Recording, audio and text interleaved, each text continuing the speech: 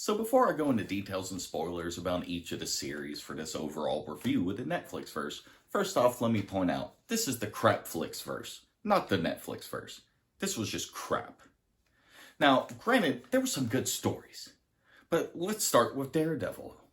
First off, he can't see. There was a whole big deal about him in the hand and him not being able to hear him, and that's literally not how he functions.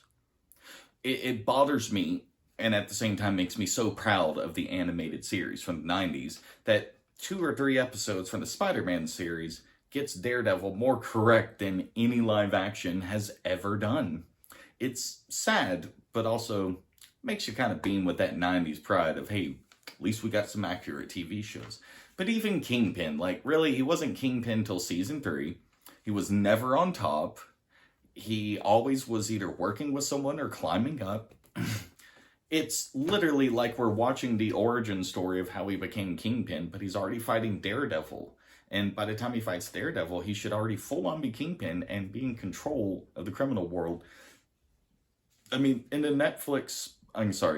animated Spider-Man series, first 5 minutes of us seeing Kingpin on screen, he breaks down and shows us his worldwide organization. Like, the level of difference is just dramatic. Not only that, his durability and strength have only been on the same level of the animated series within the Hawkeye series. So, granted, I'm very happy we have D'Onofrio back. He's really perfect when it comes to the looks, the voice. There's so much about him that just fits. Granted, it's not the 90s animated series voice, but I really like it, and he does a good job. But like in the final episode of season 3, where he punches that stone pillar and it hurts his hand, that's embarrassing. Like, how come Hawkeye did such a better job? Like, why is it that everyone talks trash on Disney and praises Netflix, but Netflix fucked these characters up to a level that's not forgivable and disrespectful? Like, Bullseye, we got the worst version of Bullseye ever. Like, thanks, Netflix, you actually gave me a reason to rewatch the old Ben Affleck version of Daredevil, where we had the crap version of Elektra. We had that one really big and buff black dude playing Kingpin, but the Bullseye in that was just so good. Like, he wasn't a whiny bitch. He wasn't in psychology, I guess, therapy. He wasn't like the Yas, Daddy Kingpin kind of like, please help me. I don't know how to guide myself. I need a bright star. Like, that was that was embarrassing. Now, on to Luke Cage. Man, first off, look, Diamondback, y'all want to complain about race and gender swaps, but you don't bring Diamondback up. Diamondback was a, like, almost, not like the same as Black Widow, but had a lot of the kind of gadgets and martial arts and spy skills and things like that. And was a female and white. So we're gonna turn her into a black guy and give him a power suit and tie him to Luke Cage by being family? And then, what did they do with, what was his name? Bushmaster. Bushmaster is in a giant snake suit. Like, check my community post. I've got one where I post the original picture from this book up here of the comic accurate Bushmaster and Diamondback, and it's going to upset you. Like, if you care about race and gender swaps, Netflix was horrible about it in that one. And why? Just so you can make them black and Jamaican and tie them to the family of the Stokes and have that be something that we end up with a really crappy ending? Like, Luke Cage in charge of a, like, effective crime group? I mean, come on. Where was the Heroes for Hire? He started it. He founded it. Like, Danny Rand joins him, and that's the famous duo, but Luke Cage founded that. Not once did he got referred to as Power Man, but he never referred to himself as that. He was just Luke Cage, and it's, y'all made it the Defenders, and the Defenders, just to bring that up again. Well, no, when I get to that one, I'll bring up who the Defenders actually are and describe what they should have called it, but they just kind of just screwed that all off. I will say it was pretty cool seeing Misty Knight actually get her bionic arm and having the enhanced strength and all that. Like, that was cool. Iron Fist. I see what people meant back in the day when it was first coming out. It's not great. The choreography to all of these series obviously was not a high priority on the budget, and so it definitely suffered. The lack of costumes for everybody was pretty disturbing. I mean, Daredevil had it for one season and one episode. Luke Cage put his hoodie on a few times.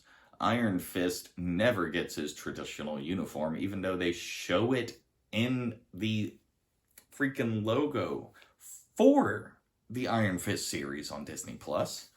And then you got Punisher. Oh, he actually got it, but he rarely wore it.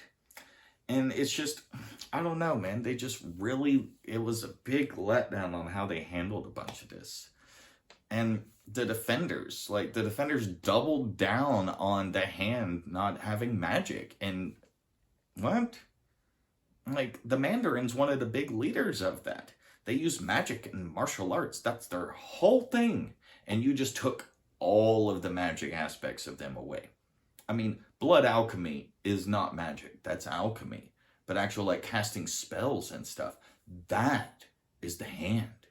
And we didn't even get that. We didn't even get it close. Plus the choreography with the sword work, the Daredevil can't hear them. And, like, what do you mean? Like, that, if we had the accurate versions of the characters, there wouldn't have been a challenge. Daredevil wouldn't have been left in the bottom of that, and Jessica Jones probably would have freaking knocked Elektra's heart out the back of her chest. Like, it's just, they weakened them so that they could have a crap version of the hand and an ultimate story that kind of just took away from them. They're not as cool anymore, and, like, it's the same thing that Disney kind of did with the, what were they called? Hydra. Sorry. They were in the Captain America movies and nothing else, so kind of disappointing, and they're not as cool anymore. Like, in the comics, these were both mysterious groups that kept coming back and coming back and coming back, and in this, they just ended them, and it was really just kind of crap. But I will say, Punisher, hands down, is the best thing that they did. And I'm even saying that both seasons, even though season 2 was nowhere near as good as season 1, both seasons, 100%, are the top things that the Netflix series came out. And even about Daredevil. Like, Daredevil had way too many mistakes for it to be looked at, from an outside perspective, not episode by episode. Like, all of them were pretty interesting episode by episode. But looking at it as a whole, it was really crap. So, overall, the Netflix verse is the crapflix verse because it sucked. They gave us crap versions of the characters. They tried to make it realistic. They tried to ground them. And these are superheroes. What about superheroes is supposed to be realistic?